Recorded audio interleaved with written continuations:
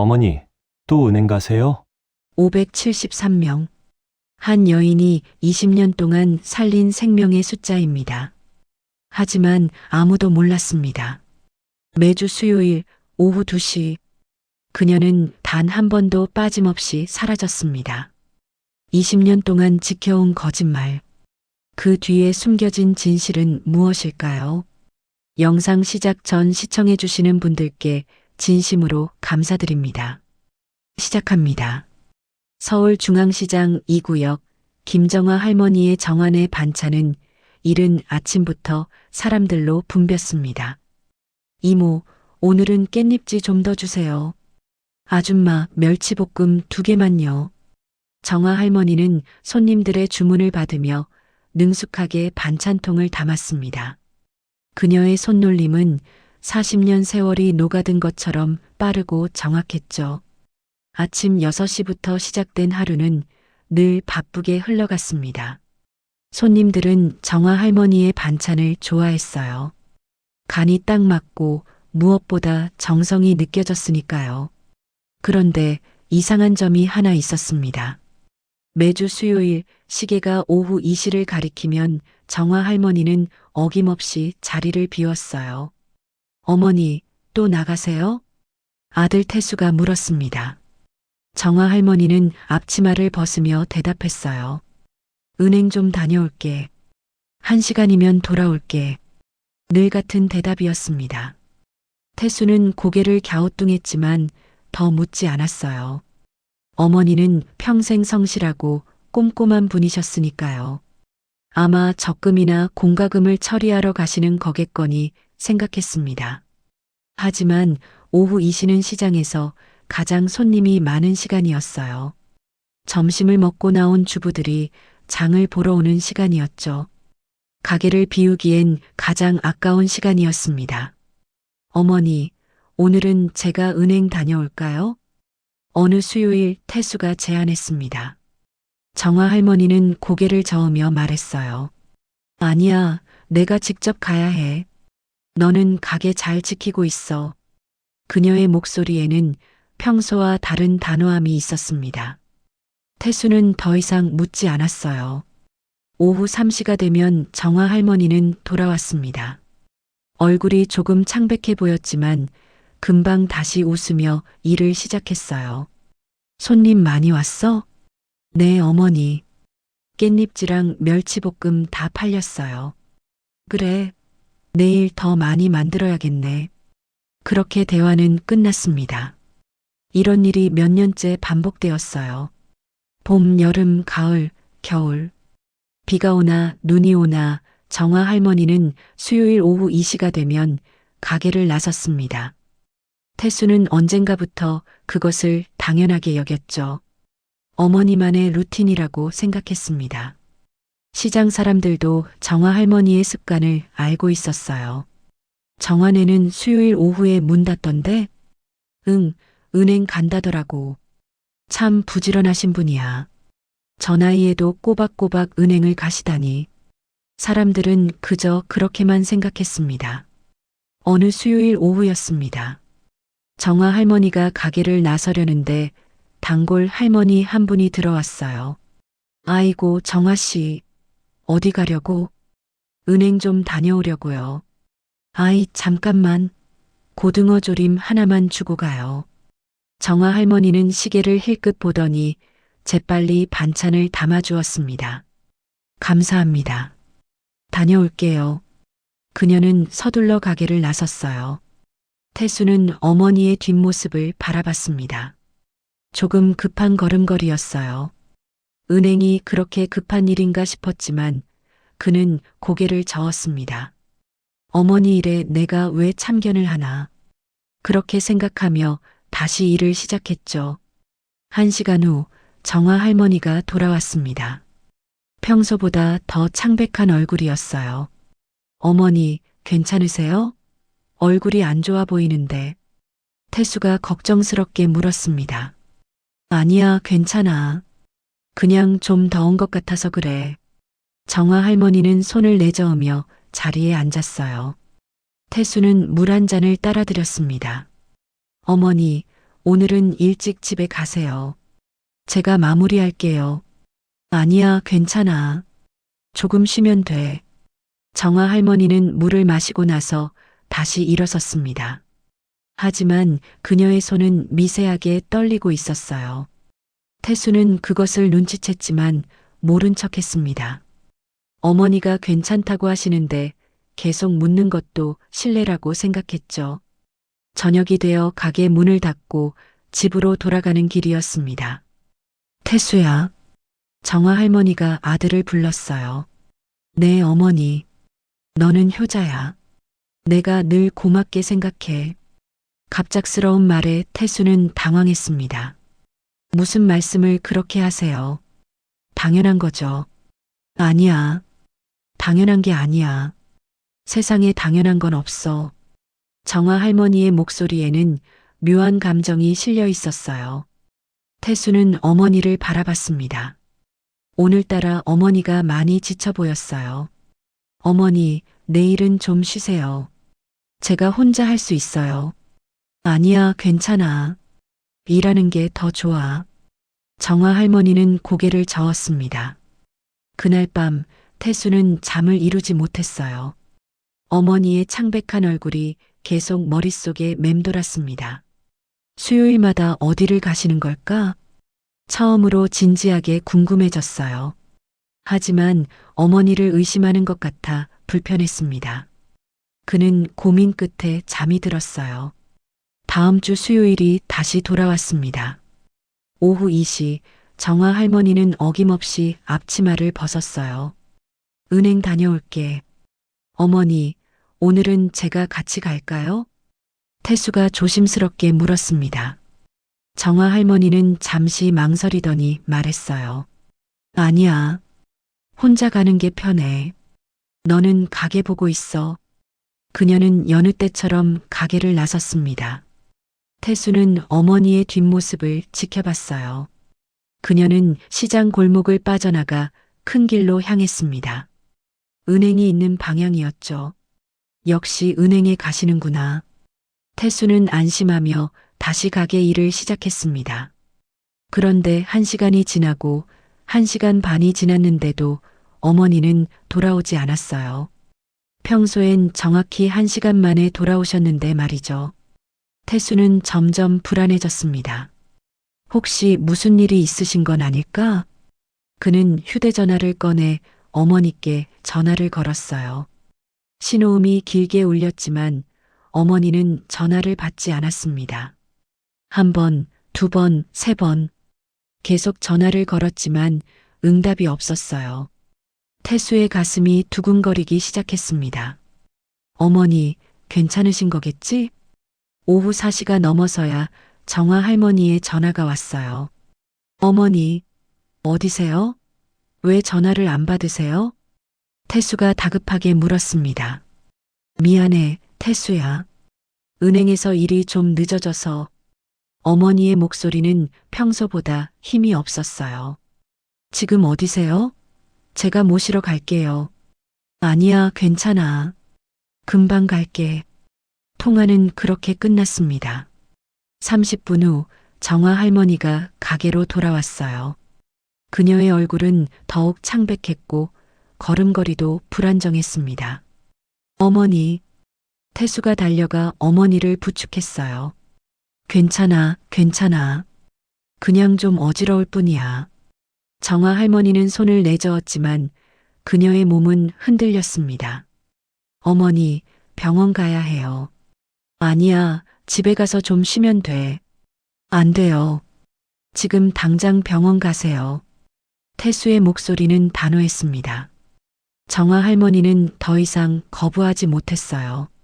태수는 어머니를 부축해 택시를 잡았습니다. 가까운 병원 응급실로 향하는 차 안에서 정화 할머니는 눈을 감고 있었어요. 어머니, 괜찮으세요? 태수가 걱정스럽게 물었지만 어머니는 대답하지 않았습니다. 그저 희미하게 고개만 끄덕일 뿐이었죠. 병원에 도착했을 때 정화 할머니는 의식이 흐릿한 상태였어요. 의료진이 재빨리 응급처치를 시작했습니다. 태수는 대기실에서 초조하게 기다렸어요. 도대체 어머니께 무슨 일이 있는 거지? 그의 머릿속은 온통 혼란스러웠습니다. 1시간 후 담당 의사가 나왔어요. 보호자분이세요? 네, 아들입니다. 어머니 상태가 어떤가요? 태수가 다급하게 물었습니다. 의사는 잠시 말을 아끼더니 조심스럽게 입을 열었어요. 일단 안정을 찾으셨습니다. 하지만 심한 빈혈 증세가 있으세요. 빈혈이요? 태수는 의아했습니다. 네. 혈액 검사 결과 헤모글로빈 수치가 매우 낮습니다. 어머님, 평소에 어떤 약을 복용하시나요? 글쎄요. 특별히 드시는 약은 없으신데요. 태수는 고개를 저었어요. 의사는 뭔가 더 물어보고 싶은 표정이었지만 일단은 입원 수속을 권했습니다. 일단 며칠 입원하시면서 정밀 검사를 받아보시는 게 좋겠습니다. 알겠습니다. 감사합니다. 태수는 어머니가 입원한 병실로 들어갔어요. 침대에 누워 계신 정화 할머니는 여전히 창백한 얼굴이었습니다.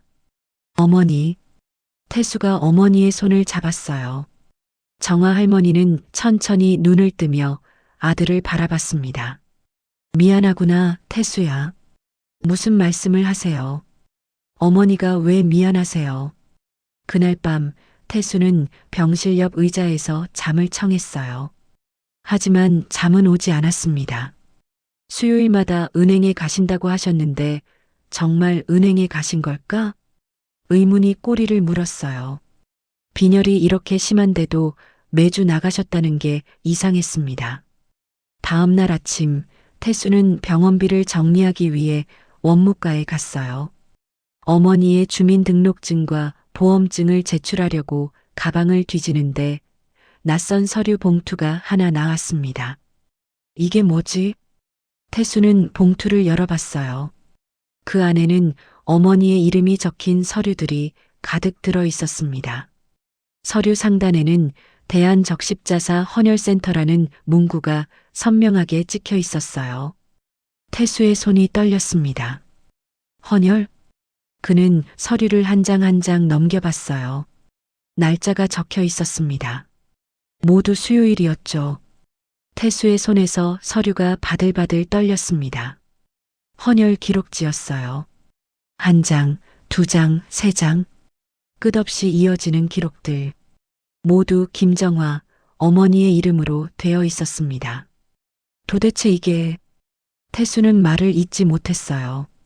서류를 자세히 들여다봤습니다. 가장 오래된 기록은 2004년 3월 10일 수요일이었어요. 가장 최근 기록은 지난주 수요일 어머니가 쓰러지기 바로 전날이었습니다. 20년. 무려 20년 동안 어머니는 헌혈을 해오신 거였어요. 태수는 다리에 힘이 풀려 그 자리에 주저앉았습니다. 원무과 직원이 걱정스러운 눈으로 그를 바라봤어요. 손님, 괜찮으세요? 아, 네, 괜찮습니다. 태수는 겨우 정신을 차리고 일어났어요. 서류를 다시 봉투에 넣고 수속을 마쳤습니다. 하지만 머릿속은 온통 혼란스러웠어요. 어머니가 헌혈을? 병실로 돌아가는 복도를 걷는 내내 태수는 멍한 상태였습니다. 은행에 간다고 하셨던 그 시간들, 창백한 얼굴로 돌아오시던 모습들, 미세하게 떨리던 손들, 모든 게 이제야 이해가 됐어요. 병실 문을 열었습니다. 정화 할머니는 여전히 잠들어 계셨어요. 링거가 천천히 어머니의 몸속으로 들어가고 있었습니다. 태수는 조심스럽게 의자에 앉아 어머니를 바라봤어요. 왜 말씀을 안 하신 거지? 태수는 속으로 물었습니다. 헌혈이 나쁜 일도 아닌데 왜 숨기셨을까요? 아니, 어쩌면 숨긴 게 아니라 그저 말할 필요가 없다고 생각하셨는지도 몰랐어요. 오전 10시쯤 담당 의사 정민호 교수가 병실을 찾아왔습니다. 환자분 상태 확인하러 왔습니다. 교수님, 저 좀 여쭤볼 게 있는데요. 태수가 조심스럽게 물었어요. 네, 말씀하세요. 어머니가 헌혈을 하셨던 것 같은데 그게 빈혈이랑 관련이 있나요? 태수의 목소리는 떨렸습니다. 정민호 교수는 차트를 보더니 고개를 끄덕였어요. 헌혈 기록이 있으시군요. 언제부터 하셨나요? 20년 정도 된 것 같습니다. 태수가 대답했어요. 정민호 교수의 표정이 굳어졌습니다. 20년요? 주기적으로 하셨나요? 네, 매주 수요일마다. 태수의 목소리가 점점 작아졌어요. 정민호 교수는 잠시 침묵했습니다. 그리고는 조심스럽게 입을 열었어요. 보호자분, 혹시 환자분의 최근 건강검진 기록 있으신가요? 아, 어머니가 검진을 잘 안 받으셔서요. 그렇군요. 정민호 교수는 의자를 끌어당겨 앉았습니다. 사실 어머님의 헤모글로빈 수치가 심각하게 낮습니다. 정상인의 절반 수준이에요. 태수는 숨이 막혔어요. 그게 심각한 건가요? 네. 일상생활이 어려울 정도의 수치입니다. 그런데도 헌혈을 계속하셨다는 게 정민호 교수는 말을 잇지 못했습니다. 그의 눈빛에는 존경과 안타까움이 동시에 담겨 있었어요. 어머님은 본인의 건강보다 다른 것을 우선하셨던 것 같습니다. 다른 것이요? 태수가 물었어요. 헌혈은 누군가의 생명을 살리는 일입니다. 어머님은 그걸 아셨던 거죠. 정민호 교수의 말에 태수는 눈시울이 붉어졌습니다. 그런데 왜 본인 건강은 돌보지 않으신 거예요? 그건 저도 모르겠습니다. 하지만 분명한 건 어머님은 매우 특별한 분이시라는 거예요. 정민호 교수가 병실을 나간 후 태수는 혼자 남았습니다. 창밖으로 봄 햇살이 들어왔어요. 따뜻한 빛이었지만 태수의 마음은 무거웠습니다. 어머니는 여전히 잠들어 계셨어요. 점심때가 되어 간호사가 식사를 가져왔습니다. 환자분 깨어나시면 드시라고 두고 가겠습니다. 감사합니다. 태수는 고개를 숙여 인사했어요. 오후 1시쯤 정화 할머니가 눈을 떴습니다. 작은 신음소리에 태수는 화들짝 놀라 일어났어요. 어머니, 깨셨어요? 태수야. 정화 할머니는 천천히 주변을 둘러봤습니다. 여긴 병원이구나. 네, 어머니. 어제 쓰러지셔서요. 태수가 물을 따라드리며 말했어요. 정화 할머니는 물을 몇 모금 마시고는 한숨을 쉬었습니다. 가게는? 걱정 마세요. 오늘은 문 닫았어요. 정화 할머니는 미안한 표정을 지었어요. 미안하다, 태수야. 내가 쓸데없이 걱정을 끼쳤구나. 무슨 말씀을. 어머니가 아프신데 가게가 뭐가 중요해요. 태수는 어머니의 손을 잡았습니다. 잠시 침묵이 흘렀어요. 태수는 물어야 할지 말아야 할지 고민했습니다. 하지만 결국 입을 열었어요. 어머니, 응? 제가 서류를 봤어요. 정화 할머니의 표정이 굳어졌습니다. 무슨 서류? 헌혈센터 기록이요. 어머니 가방에서 나왔어요. 태수의 목소리는 떨렸어요. 정화 할머니는 눈을 감았습니다. 그걸 봤구나. 네. 어머니, 왜 그러신 거예요? 20년 동안. 태수는 더 이상 말을 잇지 못하고 울먹였어요. 정화 할머니는 천천히 눈을 떴습니다. 그녀의 눈에도 눈물이 맺혀 있었어요. 태수야, 앉아라. 네, 어머니. 태수는 의자에 앉았습니다. 정화 할머니는 천장을 바라보며 이야기를 시작했어요. 너 기억하니? 내가 10살 때. 10살 때요? 태수는 기억을 더듬었습니다. 내가 많이 아팠잖니. 폐렴으로. 아, 그때요. 정화 할머니는 고개를 끄덕였어요. 그때 너는 일주일 동안 응급실에 있었어. 고열이 내려가지 않아서. 태수는 어렴풋이 기억났습니다.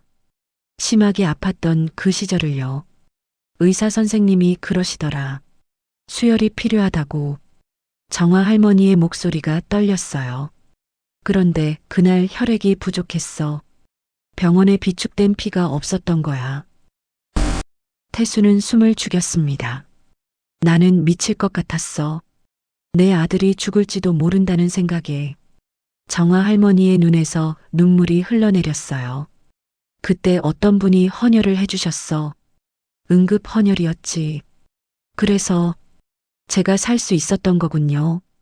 그래. 그분의 피 덕분에 너는 살았어. 정화 할머니는 태수를 바라봤습니다. 그날 이후로 나는 생각했어. 나도 누군가를 살려야겠다고. 태수의 눈에서도 눈물이 흘렀어요.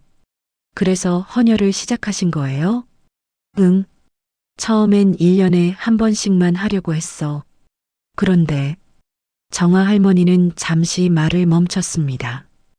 헌혈센터에서 알게 됐어. 매일 피가 부족하다는 걸. 그래서 그래. 매주 수요일마다 갔어. 할 수 있는 만큼 자주. 정화 할머니의 목소리는 담담했어요. 하지만 그 속에는 깊은 신념이 담겨 있었습니다.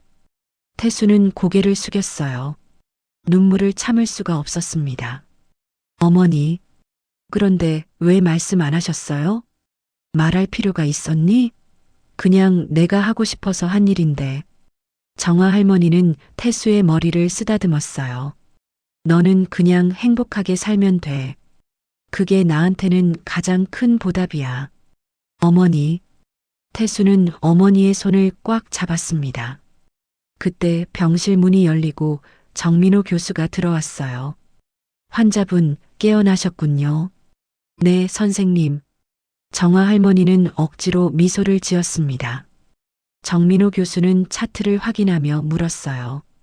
환자분, 혹시 헌혈 얘기 좀 여쭤봐도 될까요? 네, 괜찮습니다. 정화 할머니는 고개를 끄덕였어요. 언제부터 헌혈을 하셨나요? 2004년부터요. 그렇군요.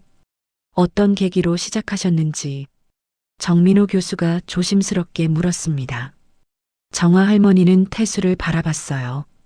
그리고 다시 교수를 향해 말했습니다. 제 아들이 수혈로 살았거든요. 그래서 저도 누군가를 살리고 싶었어요. 정민호 교수는 고개를 끄덕였어요. 훌륭하신 마음이십니다.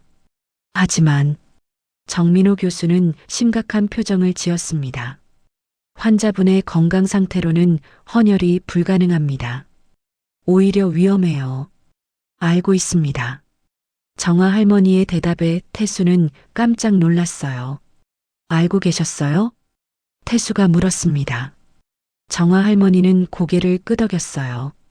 몇 년 전부터 몸이 안 좋았어. 하지만 멈출 수가 없었어. 왜요? 누군가는 해야 하니까. 정화 할머니의 말은 단순했습니다. 하지만 그 무게는 엄청났어요. 정민호 교수도 할 말을 잃었습니다. 환자분, 이제는 본인의 건강을 돌보셔야 합니다. 정민호 교수가 진지하게 말했어요. 더 이상 헌혈은 불가능합니다. 약속해 주세요. 정화 할머니는 잠시 망설이다가 고개를 끄덕였습니다. 알겠습니다. 이제 그만할게요. 감사합니다. 그럼 검사 결과 나오면 다시 오겠습니다. 정민호 교수가 병실을 나갔어요.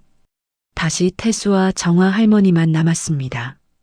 어머니, 진짜 그만하실 거죠? 태수가 걱정스럽게 물었어요. 정화 할머니는 웃으며 대답했습니다. 그래, 이제 그만할게. 너도 다 컸고 내 역할은 다 한 것 같아. 어머니. 태수는 어머니를 꼭 껴안았습니다. 정화 할머니도 아들을 토닥였어요. 미안하다, 태수야. 걱정 끼쳐서. 아니에요, 어머니. 저야말로 미안해요. 몰라봐서. 두 사람은 한참을 그렇게 있었습니다. 창밖으로는 여전히 봄 햇살이 비치고 있었어요. 따뜻하고 포근한 빛이었습니다. 병실 안은 조용했지만 그 안에는 깊은 사랑이 흐르고 있었어요. 그날 밤 태수는 집에 돌아와 어머니의 가방을 다시 펼쳤습니다. 병원에서 급하게 받던 서류들을 제대로 확인하고 싶었어요. 거실 탁자에 서류 봉투를 쏟아냈습니다. 수십 장의 종이가 쏟아져 나왔어요. 태수는 하나하나 날짜 순으로 정리하기 시작했습니다. 2004년 3월 10일부터 시작된 기록. 매주 수요일 어김없이 찍힌 헌혈 도장. 대한적십자사 헌혈센터 마이너스 김정화 마이너스 전혈 320ml 같은 문구가 반복되고 있었어요. 태수는 계산기를 꺼냈습니다. 20년이면 대략 1000주, 매주 빠짐없이 했다면 거의 1000회에 가까운 숫자였어요. 손가락이 떨렸습니다. 어머니가 정말 이렇게 많이. 서류를 자세히 보니 단순한 헌혈 기록만 있는 게 아니었어요. 중간중간 감사패, 공로상, 명예의 전당 같은 문구가 보였습니다. 어머니는 헌혈센터에서 표창까지 받으신 거였어요. 하지만 그런 상장 하나 집에 걸어두지 않으셨습니다. 태수는 서류 더미 사이에서 얇은 수첩 하나를 발견했어요. 낡고 누런 수첩이었습니다. 표지에는 봉사 기록이라고 어머니의 손글씨로 적혀 있었어요. 태수는 조심스럽게 수첩을 펼쳤습니다. 첫 페이지에는 날짜와 간단한 메모가 적혀 있었어요. 2004년 3월 10일 마이너스 첫 헌혈. 떨렸지만 해냈다. 태수야, 이제 엄마도 누군가를 살릴 수 있어. 태수는 그 문장을 읽는 순간 눈물이 쏟아졌습니다. 어머니는 그때도 자신을 생각하고 계셨던 거예요. 다음 페이지를 넘겼습니다. 2004년 3월 17일 마이너스 두 번째 헌혈. 센터 직원분이 고맙다고 하셨다. 나도 고마웠다. 2004년 3월 24일 마이너스 세 번째. 오늘은 대기자가 많았다. 다들 급한가 보다. 2004년 3월 31일 마이너스 네 번째. 몸은 좀 피곤하지만 마음은 가볍다. 매주 빠짐없이 기록되어 있었어요. 어머니의 솔직한 심정들이 담겨 있었습니다. 태수는 수첩을 넘기며 하나하나 읽어내려갔어요. 2005년 7월 13일 마이너스 100회 헌혈 달성. 센터에서 감사패를 주셨다. 집에 가져가면 태수가 물어볼까봐 센터에 두고 왔다. 태수는 코끝이 찡했습니다. 어머니는 자랑하고 싶으셨을 텐데 자식 걱정에 숨기셨던 거예요. 2007년 11월 21일 마이너스 요즘 몸이 좀 무겁다. 하지만 괜찮다. 쉬엄쉬엄 하면 돼. 2008년 4월 9일 마이너스 태수가 대학 합격했다. 기쁘다. 오늘 헌혈은 기쁜 마음으로 했다. 2010년 2월 3일 마이너스 센터 직원분이 건강검진을 권하셨다. 나중에 받아야겠다. 태수는 2010년 페이지에서 멈췄습니다. 그의 여름 특별한 기록이 있었어요. 2010년 8월 4일 마이너스 오늘 헌혈한 피가 교통사고 환자에게 수혈됐다고 연락이 왔다. 어린 여자아이였다고 한다. 살았다고 했다. 울었다. 태수는 그 문장을 여러 번 읽었습니다. 어머니가 울었다는 표현. 평생 눈물을 보인 적 없는 강한 어머니가 누군가를 살렸다는 소식에 우셨던 거예요. 다음 장에는 더 자세한 내용이 적혀 있었어요. 그 아이의 이름은 최서연이라고 했다. 12살. 등하교길에 사고를 당했다고. 대량 출혈로 위급했는데 내 피가 도움이 됐다니. 감사하다. 정말 감사하다. 태수는 최서연이라는 이름을 기억하려고 애썼습니다. 어디서 들어본 것 같은 이름이었어요. 하지만 정확히 떠오르지 않았습니다. 수첩을 계속 넘겼어요.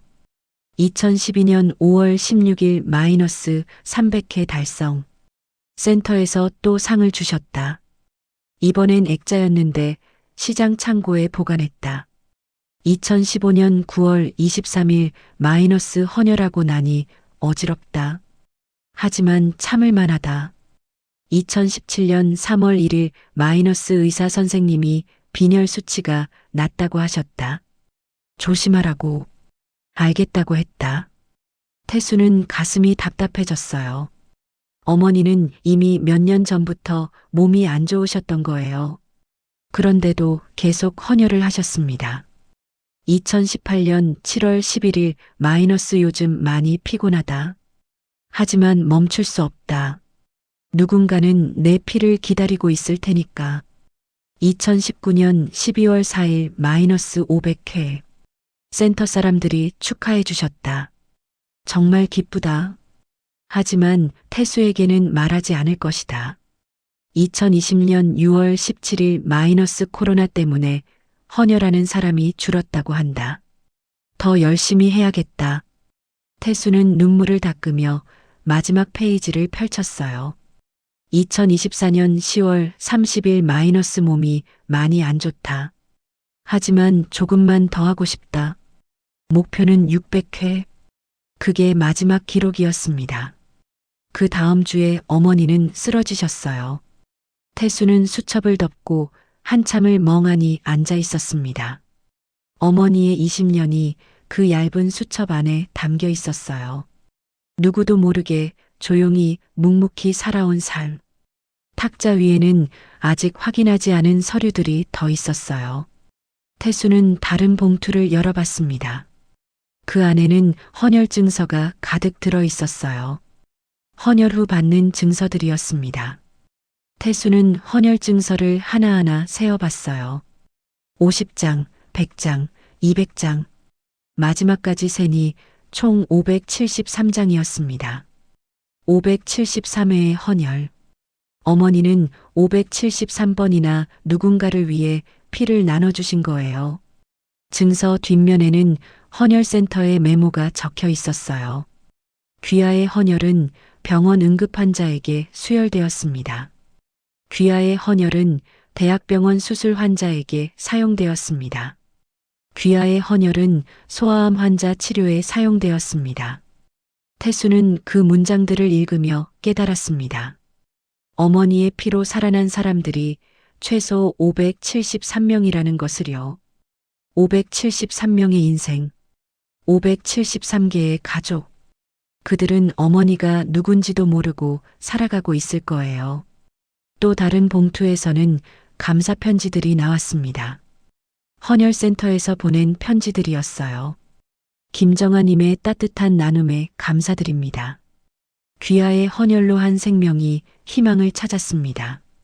세상을 밝히는 작은 빛 감사합니다. 편지마다 다른 환자들의 사연이 간략히 적혀 있었어요. 5살 백혈병 어린이, 교통사고 대학생, 출산 중 대량출혈 산모, 수술 환자, 모두 어머니의 피로 살아난 사람들이었습니다. 태수는 편지를 읽다가 한 장에서 손이 멈췄어요. 2010년 8월에 온 편지였습니다. 김정아님께 귀하의 헌혈로 교통사고를 당한 12살 여자아이가 생명을 구했습니다. 아이의 가족이 진심으로 감사드린다는 말씀을 전해달라고 하셨습니다. 아이의 이름은 최서연입니다. 최서연.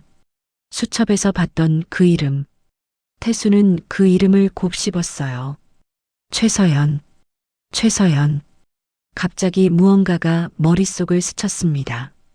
태수는 벌떡 일어나 자기 방으로 달려갔어요. 책상 서랍을 열고 오래된 수첩을 꺼냈습니다. 자신의 일기장이었어요.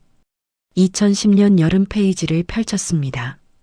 2010년 8월 5일 마이너스 오늘 시장에서 이상한 일이 있었다. 어떤 아주머니와 여자아이가 우리 가게로 와서 엄마께 절을 하고 가셨다. 엄마는 당황하시면서도 괜찮다고 하셨다. 무슨 일인지 여쭤봤는데 엄마는 아무것도 아니라고 하셨다. 태수는 그날을 떠올렸어요. 분명히 그런 일이 있었습니다. 한 모녀가 가게에 와서 어머니께 깊이 인사하고 가셨던 거예요. 당시엔 그냥 감사 인사인 줄 알았는데 그 아이가 최서연이었구나. 태수는 무릎을 쳤습니다. 어머니의 헌혈로 살아난 그 아이가 어머니께 감사 인사를 하러 왔던 거예요. 그리고 어머니는 그걸 자식에게 말씀하지 않으셨던 겁니다. 태수는 다시 어머니의 서류 더미로 돌아왔어요. 최서연이라는 이름이 또 나오는지 찾아봤습니다. 한참을 뒤지다가 작은 명함 한 장을 발견했어요. 서울대학교병원 간호사 최서연. 뒷면에는 손글씨로 메모가 적혀 있었습니다. 정화 선생님, 저 기억하시나요? 2010년에 선생님 피를 수혈받아 살아난 최서연입니다. 이제 저도 간호사가 되어 사람을 살리는 일을 하고 있어요. 선생님 덕분입니다. 정말 감사합니다. 마이너스 2022년 5월. 태수는 명함을 쥔 채 울음을 터뜨렸어요. 어머니가 살린 아이가 자라서 간호사가 된 거예요. 그 아이는 어머니를 기억하고 있었습니다. 그리고 그 영향으로 의료인이 되어 다른 사람들을 돕고 있었어요. 태수는 명함을 가슴에 안았습니다. 이게 어머니가 하신 일이구나. 단순히 573명을 살린 게 아니었어요. 그들의 인생을 바꾸고 그들도 다른 사람을 돕게 만든 거예요. 서류를 정리하다가 마지막 봉투를 발견했어요. 봉투 겉면에는 중요라고 적혀 있었습니다. 태수는 조심스럽게 열어봤어요. 그 안에는 대한적십자사에서 보낸 공식 문서가 들어 있었어요. 명예 헌혈자 김정아님께 마이너스 귀하는 2004년부터 2024년까지 20년간 총 573회의 헌혈로 수많은 생명을 살리셨습니다. 귀하의 숭고한 헌신에 감사드리며 명예 헌혈자로 등록되었음을 알려드립니다. 문서 아래에는 작은 글씨로 추가 설명이 있었어요. 김정아님의 헌혈로 직접 도움을 받은 환자 573명 간접 영향을 받은 가족수 추정 2,000명 이상. 태수는 그 숫자를 보며 정신이 아득해졌습니다. 2,000명 이상. 어머니 한 사람의 선택이 이렇게 많은 사람들에게 영향을 미친 거예요. 시계를 보니 새벽 3시였습니다. 태수는 서류들을 조심스럽게 다시 정리했어요. 하나하나가 어머니의 삶이었고 사랑이었고 희생이었습니다. 그는 거실 소파에 누워 천장을 바라봤어요. 어머니는 지금 병원 침대에서 주무시고 계실 거예요. 573번의 헌혈. 20년의 시간. 수많은 생명. 엄마. 태수는 작게 중얼거렸습니다. 제가 정말 몰라봐서 죄송해요. 창밖으로 동이 트기 시작했어요. 새로운 아침이 오고 있었습니다. 태수는 결심했어요. 어머니의 이야기를 세상에 알리겠다고. 더 이상 숨겨둘 수 없는 아름다운 이야기라고. 다음 날 아침 태수는 명함을 손에 쥔 채 병원으로 향했습니다. 서울대학교병원 간호사 최서연. 명함 속 글씨가 자꾸만 눈에 들어왔어요. 이 사람을 꼭 만나봐야겠다고 생각했습니다. 어머니의 병실에 도착했을 때는 오전 9시였어요. 정화 할머니는 깨어 계셨습니다. 창가에 앉아 밖을 바라보고 계셨어요. 어머니, 주무시진 않으셨어요? 응, 조금 자다 깼어. 너는 잠은 잤니? 정화 할머니가 걱정스러운 눈으로 아들을 바라봤어요. 태수는 거짓말을 했습니다. 네, 잘 잤어요. 사실은 한숨도 못 잤지만요. 태수는 가방에서 명함을 꺼냈습니다. 어머니, 이거 아세요? 정화 할머니는 명함을 보더니 표정이 부드러워졌어요. 아, 서연이구나. 이 사람이 누구예요? 2010년에 내가 헌혈한 피를 수혈받은 아이야. 정화 할머니는 명함을 쓰다듬었습니다. 교통사고를 당했었는데 다행히 살았지. 그 아이가 지금 간호사가 됐대요. 정화 할머니의 눈가에 미소가 번졌어요. 그래, 알아. 2년 전에 명함을 가져왔더라고. 어머니께 인사하러 온 거예요? 응. 자기가 간호사가 됐다고 선생님 덕분이라고 하더라. 정아 할머니의 목소리에는 자부심이 묻어났습니다. 태수는 의자에 앉으며 물었어요. 그 아이 기억나세요? 사고 났을 때? 물론이지.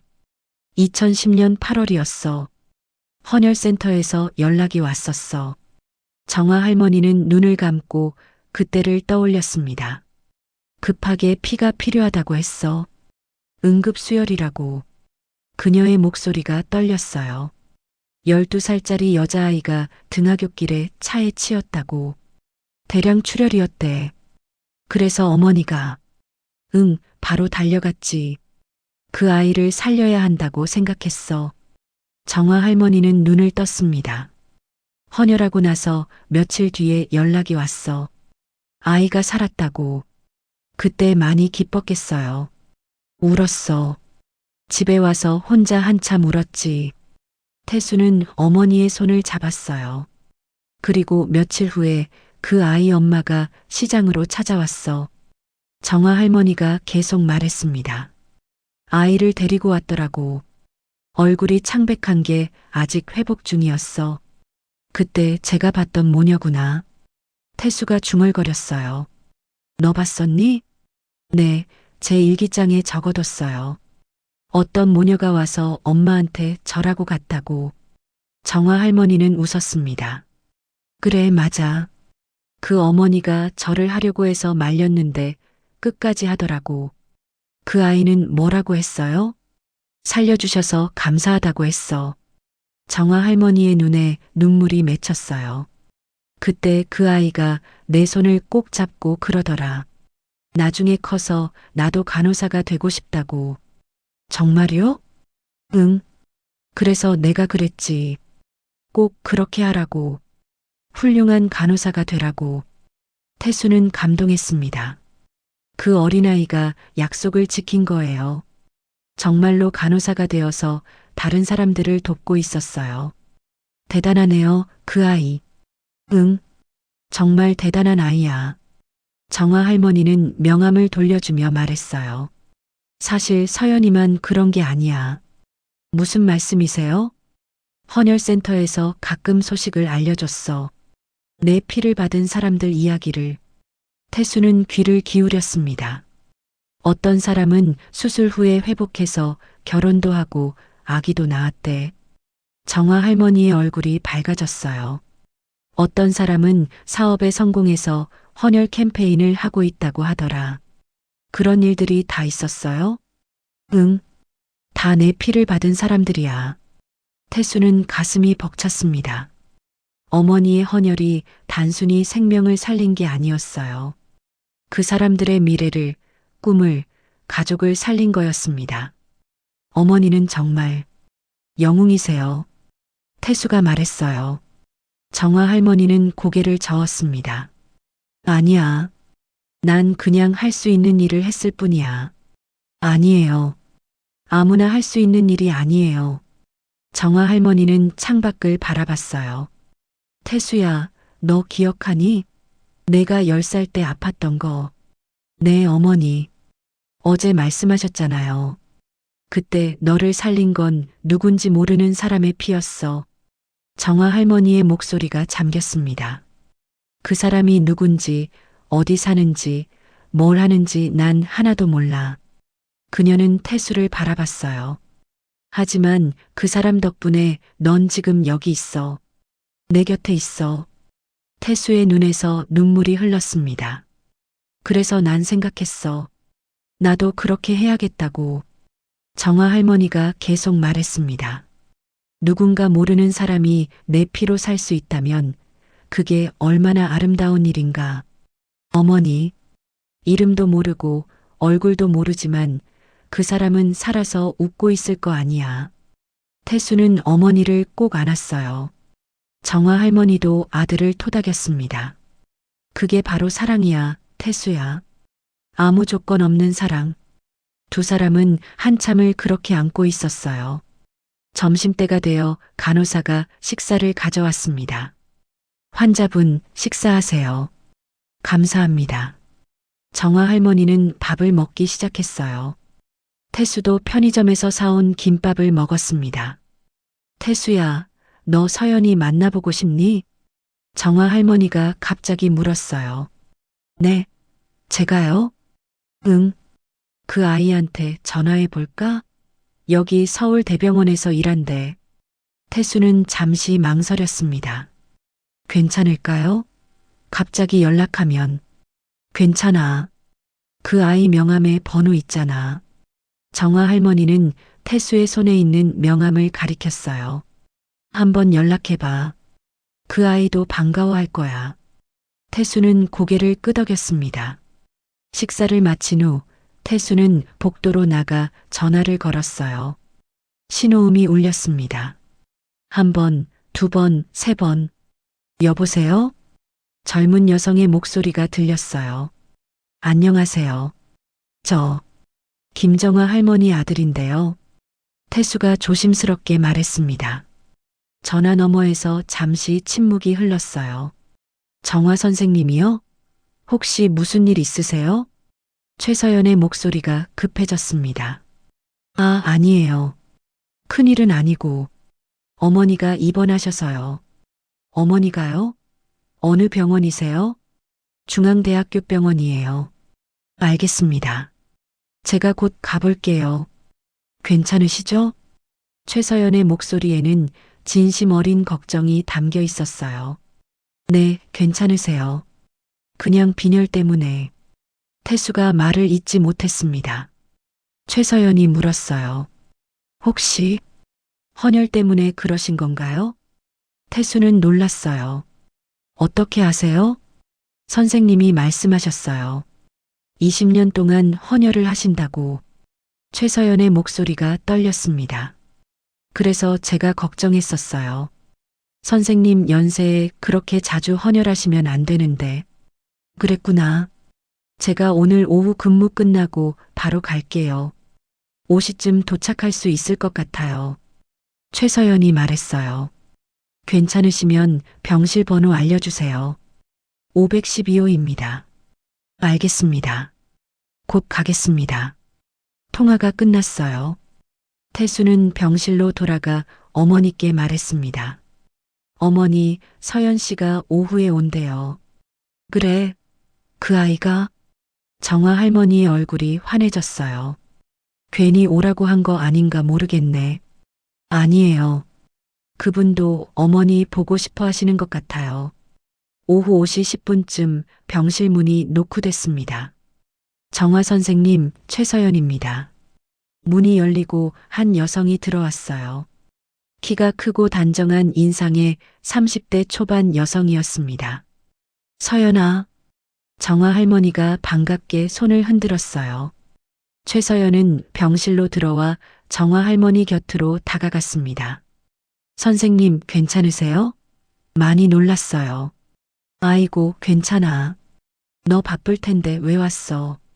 최서연은 정화 할머니의 손을 잡았어요. 선생님이 아프시다는데 어떻게 안 와요? 그녀의 눈에는 진심 어린 걱정이 가득했습니다. 태수는 그 모습을 보며 가슴이 뭉클했어요. 안녕하세요. 아까 전화드렸던 아들입니다. 태수가 인사했어요.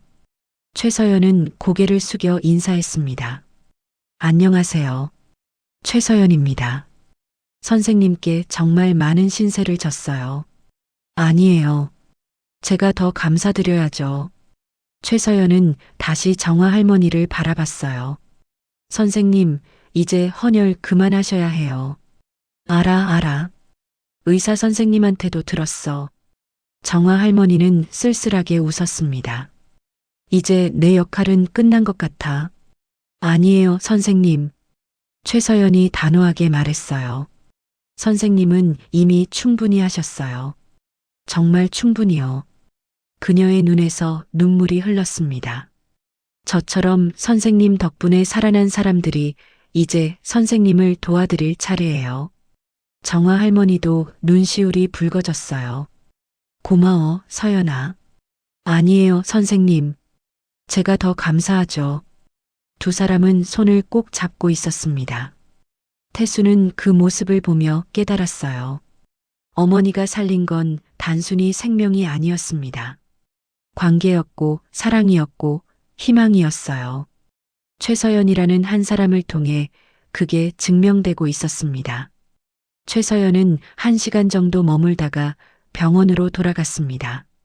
가기 전에 태수에게 명함을 한 장 더 주었어요. 필요하신 일 있으면 언제든 연락 주세요. 제가 도와드릴게요. 그녀의 말에는 진심이 담겨 있었습니다. 최서연이 떠나고 나서 병실은 다시 조용해졌어요. 태수는 창가에 앉아 석양을 바라봤습니다. 주황빛 햇살이 병실 안으로 스며들고 있었어요. 어머니, 물 좀 드릴까요? 아니, 괜찮아. 정화 할머니는 침대에 기대 앉아 계셨어요. 태수야, 너 궁금한 거 있지? 네. 태수가 어머니를 바라봤습니다. 왜 내가 그렇게까지 헌혈을 했는지. 정화 할머니의 목소리는 차분했어요. 어제 말씀하셨잖아요. 제가 수혈받아서. 그것만은 아니야. 정화 할머니가 고개를 저었습니다. 태수는 의자를 어머니 침대 가까이 끌어당겼어요. 그럼 다른 이유가 있으세요? 정화 할머니는 눈을 감고 깊게 숨을 들이쉬었습니다.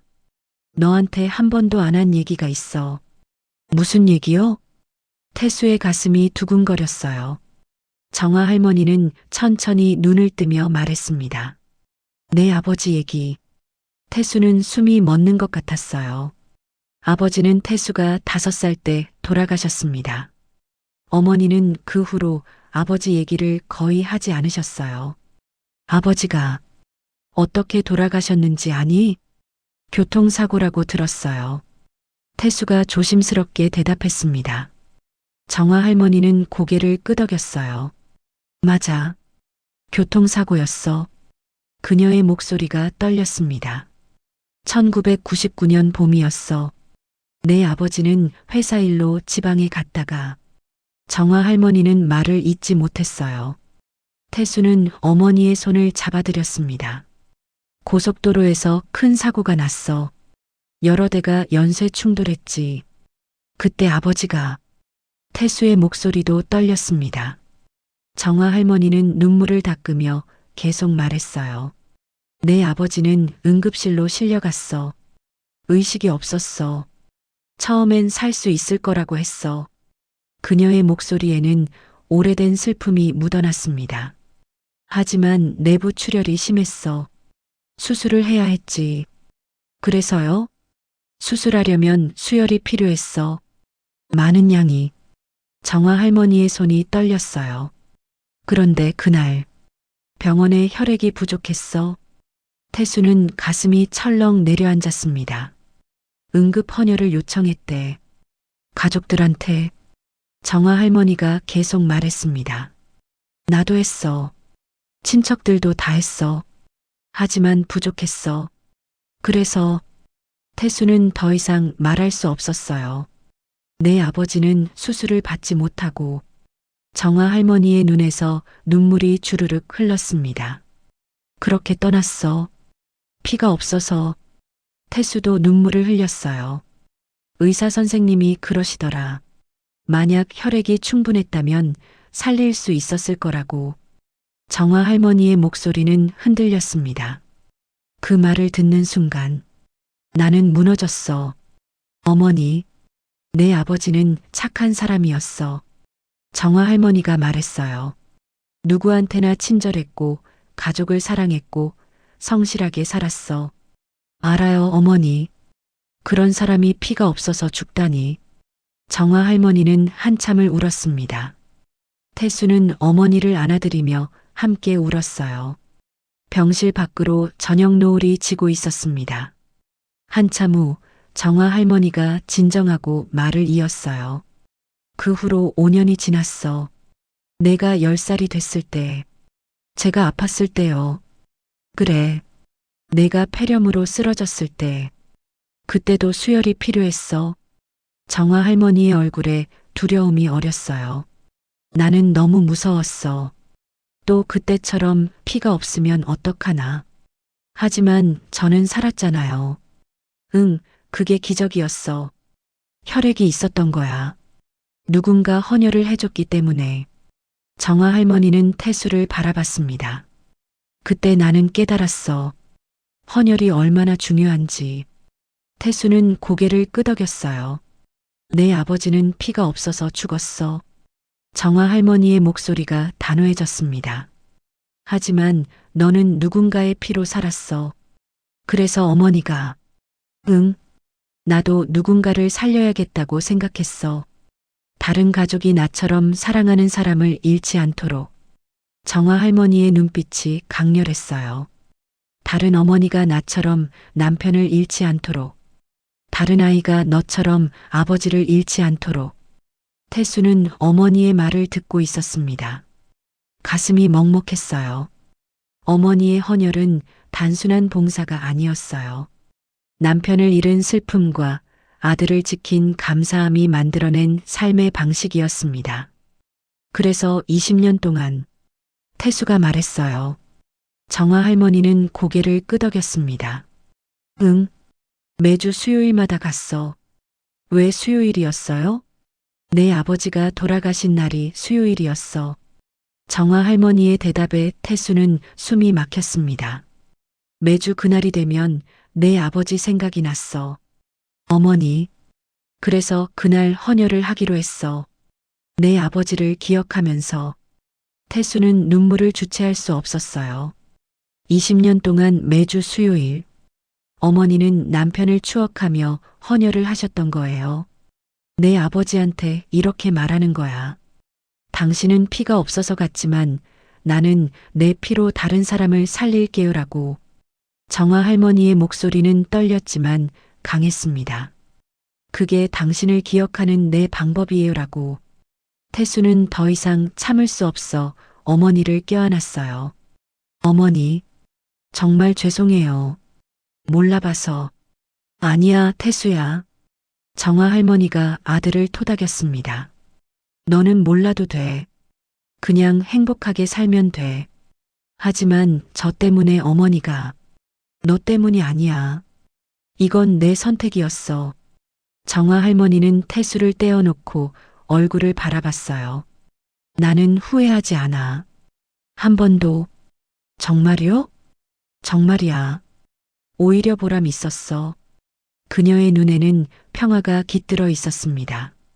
573명을 살렸잖아. 573개의 가족을 지켰고. 정화 할머니가 미소 지었어요. 그 중에는 내 아버지 같은 사람도 있었을 거야. 사고를 당했거나 수술이 필요했거나 아프던 사람들. 그 사람들이 가족에게 돌아갔어. 내 피 덕분에. 정화 할머니의 목소리에는 자부심이 있었어요. 그게 얼마나 뿌듯한지 너는 몰라. 태수는 고개를 끄덕였습니다. 하지만 어머니 건강은. 태수가 걱정스럽게 말했어요. 정화 할머니는 손을 저었습니다. 괜찮아. 나는 충분히 살았어. 무슨 말씀을. 69년을 살았어. 좋은 아들도 두었고. 정화 할머니가 태수의 볼을 쓰다듬었어요. 사랑하는 사람들도 있고 보람 있는 일도 했어. 어머니는 더 오래 사셔야 해요. 그래, 알아. 그래서 이제 헌혈 그만한다니까. 정화 할머니는 웃었습니다. 이제는 나도 쉬어야지. 많이 피곤하거든. 태수도 억지로 웃었어요. 네, 어머니. 이제 푹 쉬세요. 밤이 깊어가고 있었습니다. 간호사가 들어와 정화 할머니의 혈압을 재고 약을 챙겨줬어요. 환자분, 푹 쉬세요. 감사합니다. 태수는 병실 소파에 누웠습니다. 어머니는 벌써 잠이 드신 것 같았어요. 고른 숨소리가 들렸습니다. 태수는 천장을 바라보며 생각했어요. 아버지. 태수는 기억나지 않는 아버지를 떠올렸습니다. 어머니가 당신을 이렇게 사랑했어요. 눈물이 또 흘렀어요. 20년 동안 매주 당신을 기억하면서 그리고 어머니를 생각했습니다. 한 사람을 잃은 슬픔을 수백 명을 살리는 사랑으로 바꾼 사람. 자신의 고통을 다른 사람의 희망으로 만든 사람.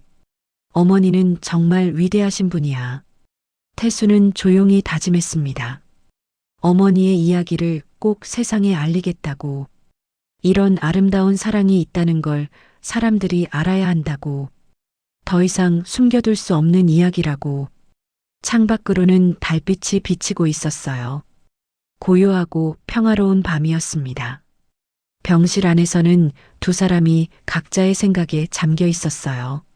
하나는 잠들어 있고 하나는 깨어서 결심하고 있었습니다. 다음 날 아침 정민호 교수가 병실을 찾아왔어요. 환자분, 어젯밤은 어떠셨습니까? 좋았습니다, 선생님. 정화 할머니는 웃으며 대답했어요. 정민호 교수는 차트를 확인하며 말했습니다. 혈액 검사 결과가 나왔습니다. 어떻습니까? 태수가 긴장하며 물었어요. 헤모글로빈 수치가 조금 올랐습니다.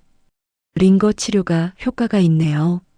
정민호 교수가 미소 지었어요.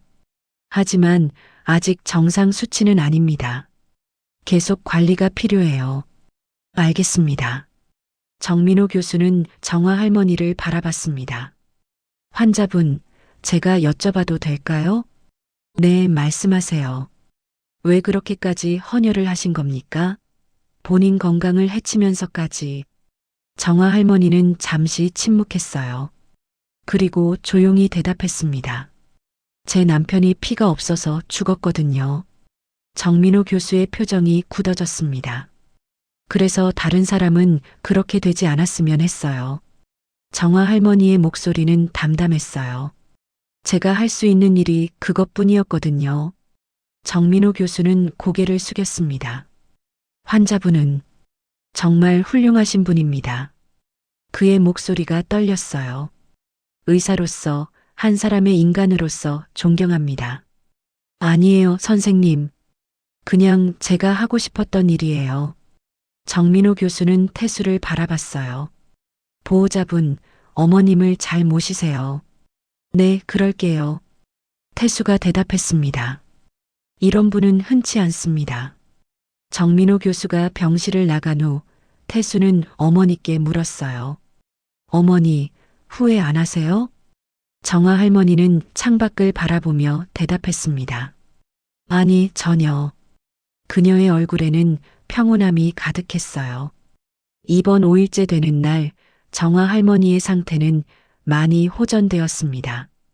의사는 곧 퇴원할 수 있을 거라고 말했어요. 태수는 그 소식을 듣고 안도의 한숨을 쉬었습니다. 하지만 마음 한편으로는 여전히 무거운 감정이 남아 있었어요. 그날 오후 태수는 병원 1층 카페에 앉아 있었습니다. 커피를 마시며 생각에 잠겨 있었어요. 지난 며칠간 알게 된 어머니의 삶이 계속 머릿속을 맴돌았습니다. 20년간의 헌혈, 573명의 생명, 그리고 돌아가신 아버지. 태수는 핸드폰을 꺼내 사진첩을 열었어요. 어머니와 함께 찍은 사진들이 나왔습니다. 시장에서 찍은 사진, 명절 때 찍은 사진, 일상의 소소한 순간들. 모든 사진 속에서 어머니는 웃고 계셨어요. 하지만 이제 태수는 알았습니다. 그 웃음 뒤에 숨겨진 슬픔과 희생을요. 매주 수요일마다 남편을 떠올리며 헌혈센터로 향하던 어머니의 뒷모습을, 몸이 힘들어도 누군가를 살리기 위해 참았던 고통을. 태수의 눈에서 눈물이 흘러내렸습니다. 카페 안 사람들이 쳐다봤지만 신경 쓰지 않았어요. 그는 고개를 숙인 채 조용히 울었습니다. 자책감과 감사함, 슬픔과 자랑스러움이 뒤섞인 복잡한 감정이었어요. 한참을 그렇게 있다가 태수는 휴지로 눈물을 닦았습니다. 커피를 한 모금 마시고 심호흡을 했어요. 그리고 다시 병실로 올라갔습니다. 어머니 곁에 있어야겠다는 생각이 들었어요. 병실 문을 열자 정화 할머니는 침대에 앉아 창밖을 보고 계셨습니다. 따뜻한 오후 햇살이 그녀의 얼굴을 비추고 있었어요. 태수는 조용히 들어가 의자에 앉았습니다. 어머니는 태수를 보고 미소 지었어요. 태수는 입을 열려다 참았습니다. 무슨 말을 해야 할지 몰랐어요. 감사하다는 말도, 미안하다는 말도, 사랑한다는 말도 모두 부족하게 느껴졌습니다. 그저 어머니를 바라보며 앉아 있었어요. 정화 할머니가 먼저 말을 걸었습니다. 태수야, 울었니? 태수는 고개를 돌렸어요. 들키고 싶지 않았는데 어머니의 눈은 언제나 예리했습니다. 아니에요, 그냥. 눈이 좀 건조해서요. 정화 할머니는 아들의 거짓말을 알아챘지만 더 묻지 않았어요. 대신 손을 내밀어 태수의 손을 잡았습니다. 따뜻하고 거친 손이었어요. 평생 일만 하며 살아온 손이었습니다. 두 사람은 한동안 말없이 손을 잡고 있었어요. 창밖으로는 까치 한 마리가 날아가고 있었습니다. 병실 안은 고요했지만 마음은 복잡했어요. 태수는 어머니의 손을 꽉 쥐었습니다. 저녁 식사 시간이 되었습니다. 간호사가 식판을 가져왔고 정화 할머니는 천천히 식사를 하셨어요. 태수도 편의점에서 사온 도시락을 먹었습니다. 두 사람은 말없이 각자의 식사를 했어요. 식사를 마친 후 태수는 용기를 내서 물었습니다. 어머니, 제가 하나만 여쭤봐도 될까요? 응, 뭐든지 물어봐. 정화 할머니가 고개를 끄덕였어요. 어머니는 한 번도 힘들다고 생각 안 하셨어요? 20년 동안? 태수의 목소리는 떨렸습니다. 정화 할머니는 잠시 생각에 잠겼어요. 그리고 천천히 대답했습니다. 힘들었지. 물론 힘들었어.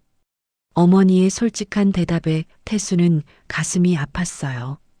하지만 그보다 더 큰 게 있었어. 보람이라고 해야 하나. 정화 할머니의 눈빛이 반짝였습니다. 헌혈하고 나면 마음이 가벼워졌어. 오늘도 누군가를 도왔다는 생각에. 태수는 고개를 숙였어요. 눈물이 또 나올 것 같았습니다. 그리고 내 아버지한테도 자랑스러울 것 같았어. 당신 아내가 이렇게 살고 있다고. 정화 할머니의 목소리가 잠겼습니다. 태수는 더 이상 참을 수 없었어요. 그는 어머니 앞에서 소리내어 울기 시작했습니다. 흐느끼는 소리가 병실 안을 채웠어요. 40대 중년 남자가 어린아이처럼 울고 있었습니다. 정화 할머니는 놀라 아들에게 다가갔어요. 침대에서 일어나 태수의 등을 토닥였습니다. 태수는 고개를 들어 어머니를 바라봤어요. 눈물과 콧물로 범벅이 된 얼굴이었습니다. 어머니, 정말 죄송해요. 그가 떨리는 목소리로 말했어요. 제가 아무것도 몰랐어요. 어머니가 얼마나 힘드셨는지. 정화 할머니는 고개를 저었습니다. 아니야, 태수야. 너는 몰라도 돼. 아니에요. 알았어야 했어요. 태수가 소리쳤습니다. 그의 목소리에는 자책감이 가득했어요. 저 때문에 어머니가 그렇게 사신 건데, 제가 수혈받아서 살았으니까. 태수야. 정화 할머니가 단호하게 말했습니다. 그건 내 잘못이 아니야. 절대로. 하지만 태수는 계속 울었어요. 20년 동안 모르고 지냈던 것에 대한 미안함이 폭발하고 있었습니다. 어머니가 매주 창백한 얼굴로 돌아오실 때마다 왜 물어보지 않았을까? 왜 더 관심을 갖지 않았을까? 정화 할머니는 태수를 꼭 안았어요. 아들의 머리를 쓰다듬으며 조용히 말했습니다. 태수야, 들어봐. 이건 내 잘못이 아니야.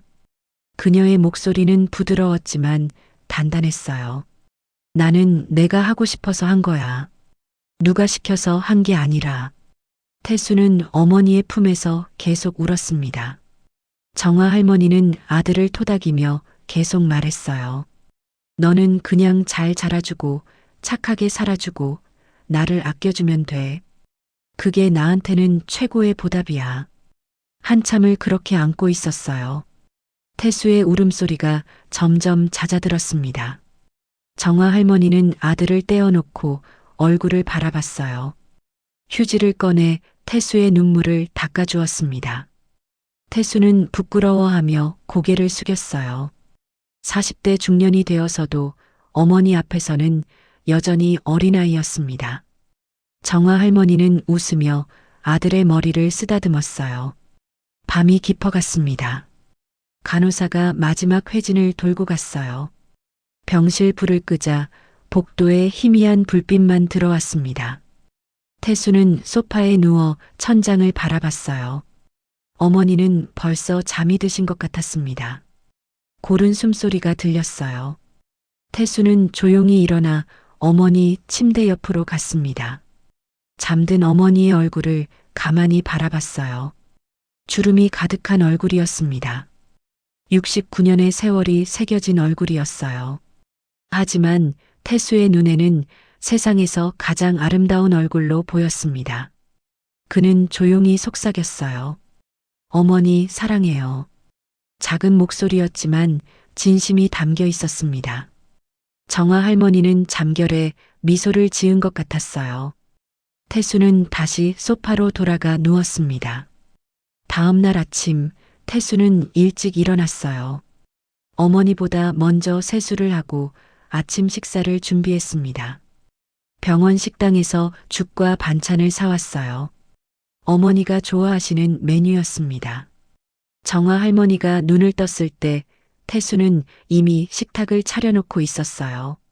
어머니, 주무셨어요? 아침 드세요. 아이고, 이걸 언제 준비했니? 정화 할머니가 놀라며 물었습니다. 조금 전에요. 어머니 좋아하시는 거 샀어요. 태수가 웃으며 대답했어요. 정화 할머니는 아들의 밝은 표정을 보며 안심했습니다. 어젯밤 그렇게 울던 아들이 이제는 웃고 있었어요. 두 사람은 함께 아침을 먹었습니다. 정화 할머니는 맛있게 드셨고 태수는 흐뭇하게 바라봤어요. 식사를 마친 후 태수가 말했습니다. 어머니, 제가 결심한 게 있어요. 뭔데? 정화 할머니가 궁금해하며 물었어요. 어머니 이야기를 사람들한테 알리고 싶어요. 태수의 목소리는 진지했습니다. 정화 할머니의 표정이 굳어졌어요. 왜 그런 걸 알리려고 하니? 창피하게. 창피한 게 아니에요, 어머니. 태수가 단호하게 말했습니다. 자랑스러운 거예요. 정말 자랑스러운 일이에요. 정화 할머니는 고개를 저었어요. 그냥 조용히 살고 싶은데. 어머니. 태수가 어머니의 손을 잡았습니다. 어머니 같은 분이 계시다는 걸 사람들이 알아야 해요. 그래야 더 많은 사람들이 헌혈을 하게 될 거예요. 정화 할머니는 한참을 생각하더니 조용히 말했어요. 내 마음대로 해라. 하지만 너무 크게는 하지 마. 태수는 웃으며 고개를 끄덕였습니다. 마음속으로는 이미 계획을 세우고 있었어요. 어머니의 이야기를 꼭 세상에 알리겠다고 다짐했습니다. 그로부터 6개월이 흘렀습니다. 정화 할머니는 퇴원 후 집에서 요양하며 건강을 회복했어요. 태수는 시장 일을 혼자 도맡아 하며 어머니를 돌봤습니다. 헌혈을 그만둔 정화 할머니는 처음엔 허전해했지만 점차 적응해 갔어요. 어느 가을날 아침이었습니다. 태수가 시장 문을 열려고 가게에 갔을 때 어머니가 쓰러져 계셨어요.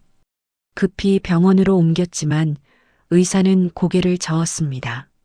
심장이 멈춘 지 이미 오래였다고 했어요. 정화 할머니는 그렇게 조용히 세상을 떠났습니다. 70세의 나이였어요. 태수는 넋을 잃고 어머니의 손을 붙잡고 있었습니다. 차갑게 식어가는 손을 놓고 싶지 않았어요. 장례식장은 시장 사람들로 붐볐습니다. 40년 동안 반찬 가게를 운영하며 정을 나눈 사람들이었어요. 모두들 정화 할머니의 마지막을 애도했습니다. 누구도 그녀가 573명의 생명을 살린 영웅인 줄은 몰랐어요. 장례식 이틀째 되는 날 예상치 못한 사람들이 찾아왔습니다. 대한적십자사 직원들이었어요. 그들은 정화 할머니의 영정 앞에서 깊이 절을 올렸습니다. 태수는 그들을 맞이하며 고개를 숙였어요. 직원 중 한 명이 태수에게 다가왔습니다. 40대 후반으로 보이는 여성이었어요. 그녀는 조심스럽게 봉투 하나를 꺼냈습니다. 흰색 봉투였는데 김정아님 귀하라고 적혀 있었어요. 태수는 봉투를 받아들었습니다. 무거운 느낌이 들었어요. 여성 직원이 말했습니다. 정화 선생님께서 저희 센터에 맡기신 물건입니다. 혹시 무슨 일이 생기면 아드님께 전해달라고 하셨어요. 태수의 손이 떨렸습니다. 어머니는 이미 이런 날을 준비하고 계셨던 거예요. 직원은 계속 말했습니다. 선생님은 정말 훌륭하신 분이셨습니다. 20년 동안 한 번도 빠지지 않으셨어요. 그녀의 목소리가 떨렸습니다. 저희 직원들 모두 선생님을 존경했습니다. 부디 명복을 빌어주세요. 태수는 고개를 숙여 인사했어요. 말을 할 수가 없었습니다. 적십자사 직원들은 다시 한번 절을 하고 떠났어요. 태수는 조문객들이 모두 돌아간 밤에 봉투를 열었습니다. 장례식장 작은 방에 혼자 앉아 있었어요. 봉투 안에는 여러 장의 서류가 들어 있었습니다. 첫 번째는 기부 영수증이었어요.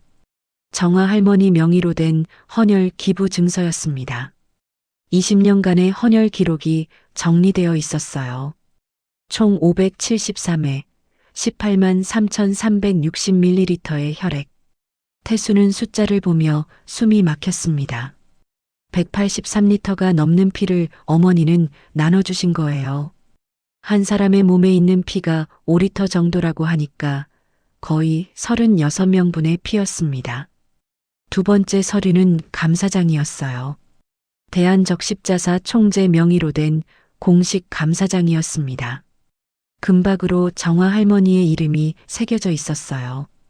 대한민국 헌혈 유공자 김정아라고 쓰여 있었습니다. 세 번째는 명예 헌혈자 증서였습니다. 평생 헌혈자로 등록된 증서였어요. 정화 할머니의 사진도 붙어 있었습니다.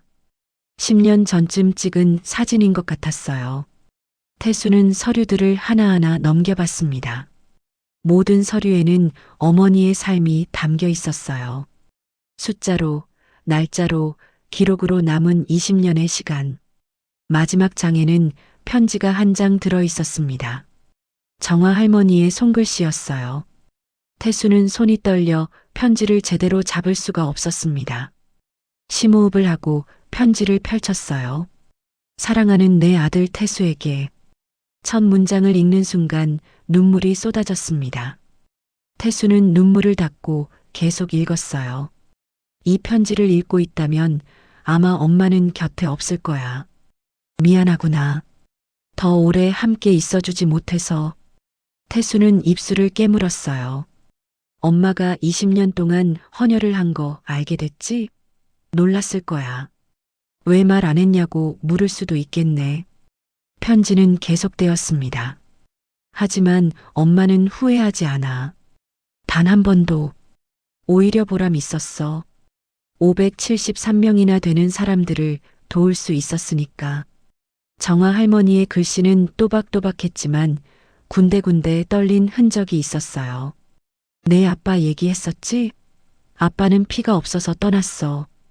그게 얼마나 슬펐는지 너는 몰라. 태수는 편지를 가슴에 안았습니다. 잠시 눈을 감고 깊게 숨을 쉬었어요. 그리고 다시 편지를 읽기 시작했습니다. 하지만 너는 누군가의 피로 살았어. 그게 얼마나 감사한 일인지. 그래서 엄마도 그렇게 하고 싶었어. 편지의 중간 부분이었습니다. 사람의 피는 돌고 도는 거래. 한 사람에게서 다른 사람에게로. 엄마는 그게 참 신비로웠어. 정화 할머니는 이렇게 썼어요. 엄마가 준 피로 누군가 살고 그 사람이 또 다른 사람을 도우면 그게 바로 사랑이 도는 거 아니겠니? 태수는 고개를 끄덕였습니다. 눈물이 계속 흘렀지만 멈출 수가 없었어요. 태수야, 너는 착한 아들이었어. 엄마를 위해 시장 일도 도와주고 효자로 살아줘서 고마워. 편지는 끝을 향해 가고 있었습니다. 이제 엄마는 내 아빠한테 갈 거야. 그리고 자랑할 거야. 우리 아들이 얼마나 훌륭하게 자랐는지. 태수는 소리내어 울었어요. 그리고 아빠한테 말할 거야. 당신이 떠난 후 20년 동안 나는 당신을 이렇게 기억하며 살았다고. 정화 할머니의 마지막 말이었습니다. 내 사랑이 이렇게 돌고 돌아서 많은 사람들에게 닿았으면 좋겠어. 그게 엄마의 소원이야. 편지는 거기서 끝났어요. 마지막 줄에는 작은 글씨로 이렇게 적혀 있었습니다.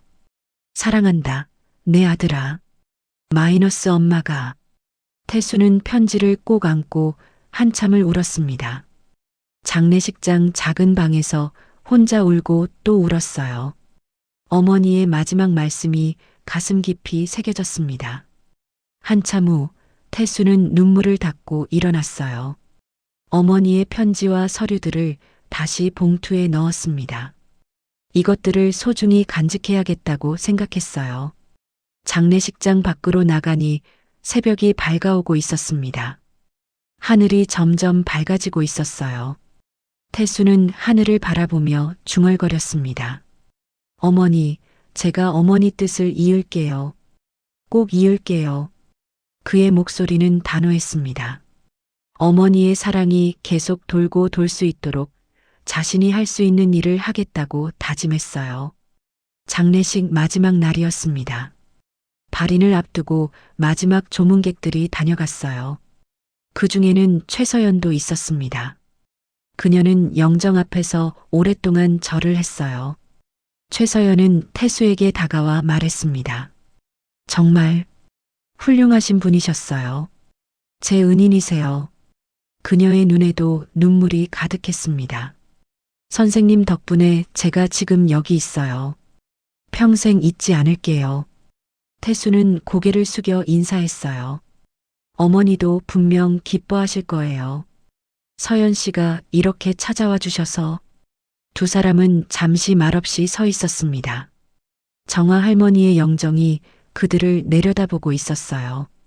사진 속 정화 할머니는 환하게 웃고 계셨습니다. 발인이 끝나고 화장을 마친 후였습니다. 태수는 어머니의 유골함을 안고 집으로 돌아왔어요. 시장 반찬가게 앞에 잠시 멈춰 섰습니다. 어머니가 40년을 일하신 곳이었어요. 태수는 가게 문을 열고 들어갔습니다. 오랜만에 들어온 가게는 텅 비어 있었어요. 하지만 어머니의 채취가 아직 남아있는 것 같았습니다. 그는 가게 한쪽에 어머니의 사진을 모셨어요. 그리고 그 옆에 대한적십자사에서 받은 감사장을 걸었습니다. 대한민국 헌혈 유공자 김정화. 태수는 어머니 사진 앞에서 절을 올렸어요. 그리고 조용히 말했습니다.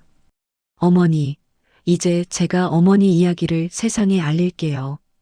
더 이상 숨기지 않을게요. 그의 결심은 확고했습니다. 어머니의 삶이 헛되지 않도록 그 사랑이 계속 이어지도록 만들겠다고 다짐했어요. 장례를 치른 지 한 달이 지났습니다. 태수는 반찬 가게를 다시 열었어요. 혼자서는 힘들었지만 어머니가 40년 동안 지켜온 가게를 닫을 수 없었습니다.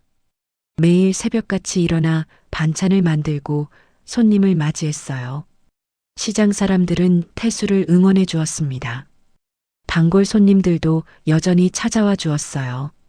하지만 무언가 부족한 느낌이 들었습니다.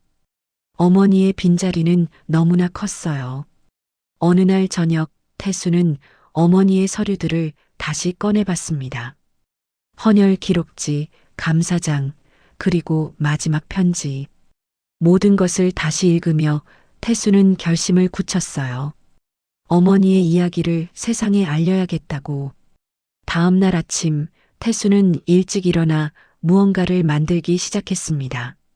나무판에 글씨를 새기고 있었어요. 몇 시간을 공들여 완성한 것은 작은 명판이었습니다. 헌혈 573에 마이너스 이름 없는 영웅 김정아라고 쓰여 있었어요. 태수는 그 명판을 들고 가게 앞으로 나갔습니다. 문 옆 벽에 정성스럽게 걸었어요. 지나가던 사람들이 하나둘씩 멈춰서서 명판을 바라봤습니다. 모두들 놀란 표정이었어요. 시장 아주머니 한 분이 다가왔습니다. 태수야, 이게 무슨 내용이니? 정아 씨가 헌혈을 573회나 했다고? 네, 맞아요. 어머니가 20년 동안 하셨어요. 태수가 대답했습니다. 아주머니는 입을 다물지 못했어요. 세상에, 그런 줄도 모르고. 정아 씨가 그런 분이셨어. 곧 소문이 시장 전체로 퍼져나갔습니다. 사람들이 하나둘 가게 앞으로 모여들었어요. 명판을 보며 혀를 내두르고 눈물을 닦고 고개를 숙였습니다. 모두들 정아 할머니를 새롭게 알게 된 것이었어요. 며칠 후 지역 신문사에서 연락이 왔습니다. 정아 할머니의 이야기를 기사로 쓰고 싶다고 했어요. 태수는 흔쾌히 승낙했습니다. 어머니의 서류들을 보여주고 자세한 이야기를 들려줬어요. 기사가 나간 후 반응은 폭발적이었습니다. 지역 방송국에서도 취재 요청이 들어왔어요. 전국 뉴스에도 짧게 소개되었습니다.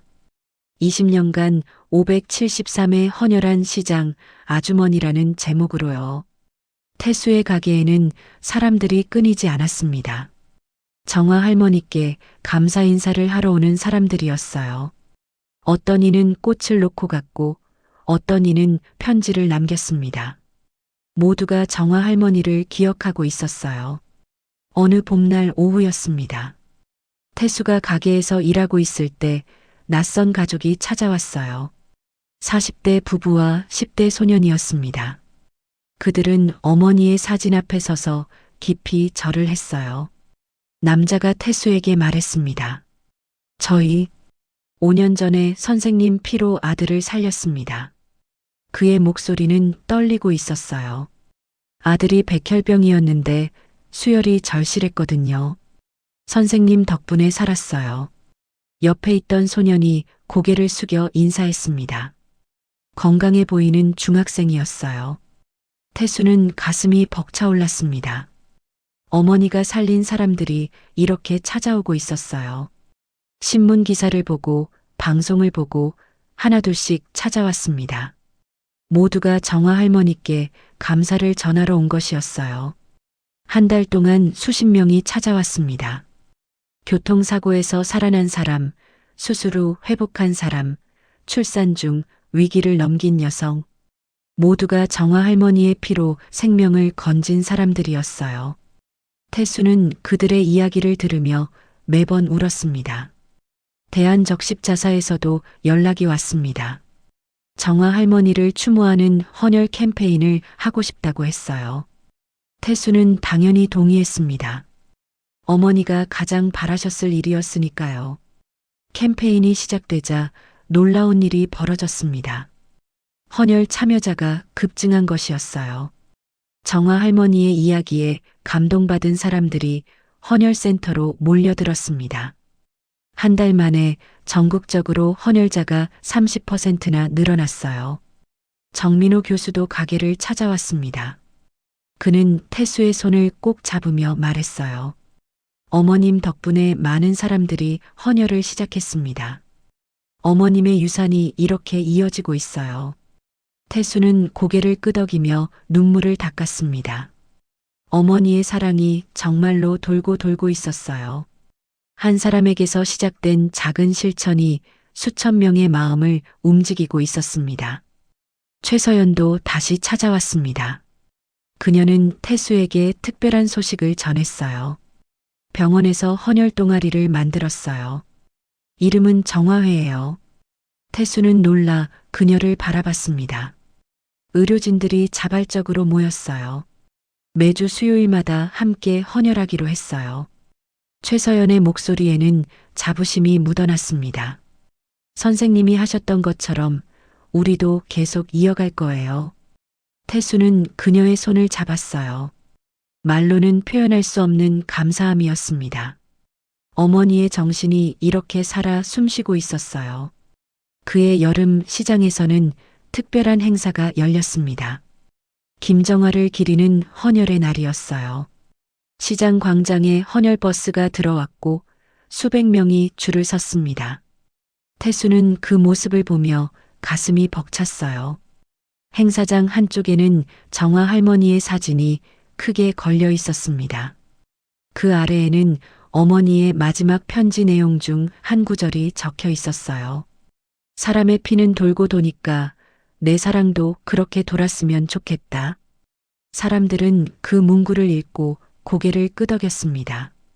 그리고 헌혈 버스에 올라 소매를 걷어붙였어요. 한 사람 한 사람의 작은 실천이 모여 큰 변화를 만들고 있었습니다. 행사가 끝날 무렵 시장 상인회에서 태수를 불렀습니다. 그들은 태수에게 작은 동판을 건네주었어요. 거기에는 이렇게 새겨져 있었습니다.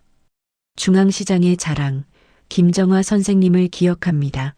마이너스 2025년 시장 상인 1동. 태수는 동판을 받아들고 눈물을 흘렸습니다. 시장 사람들이 하나둘 박수를 치기 시작했어요.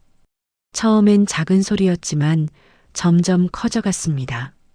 광장 전체가 박수 소리로 가득 찼어요.